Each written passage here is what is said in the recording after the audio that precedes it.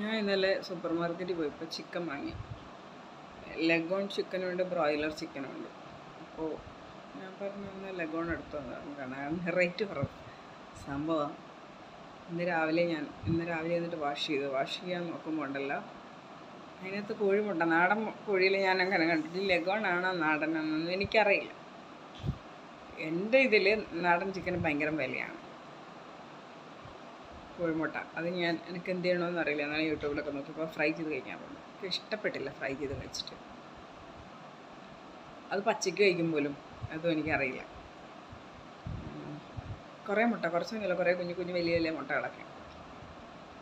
അതിനകത്ത് നോക്കുമ്പോൾ ഒരു മാംസവും ഇല്ല, എല്ലാം എല്ലാണ്. ഞാൻ കറി വെച്ചില്ല, അങ്ങനെ എടുത്ത് വെച്ചേക്കുന്നു, ഫ്രിഡ്ജിലെടുത്ത് വെച്ചേക്കുന്നു.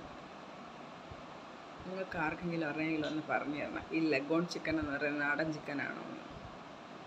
എൻ്റെ അറിവിൽ നാടൻ ചിക്കനൊക്കെ ഭയങ്കര വില. ഇത് കിലോ 120 രൂപ. മറ്റേത് ബ്രോയിലർ ചിക്കന് കുറേ കൂടെ റേറ്റ് കൂടുതലുണ്ടല്ലോ. ഞാനെപ്പോഴും ബോൺലെസ് ചിക്കനാണ് എടുക്കൽ. അത് നോക്കുമ്പോൾ ഇന്നലെ 400 രൂപ കിലോ. അതുകൊണ്ട് എടുത്തില്ല, ഞാനിങ്ങ് പോന്നു. കിലോ 400 അല്ലേ, അതുകൊണ്ട് ഞാനിങ്ങ് പോന്നു. ഇതും വാങ്ങിക്കൊണ്ടേക്ക് പോകുന്നു. അതിപ്പോൾ ആരും കഴിക്കില്ല, മാത്രമേ കഴിക്കുള്ളൂ. ആരെങ്കിലും പറഞ്ഞു തരണം കേട്ടോ ഇതിനെക്കുറിച്ച്. ലെഗോൺ ചിക്കനും ബ്രോയിലർ ചിക്കൻ തമ്മിലുള്ള വ്യത്യാസം.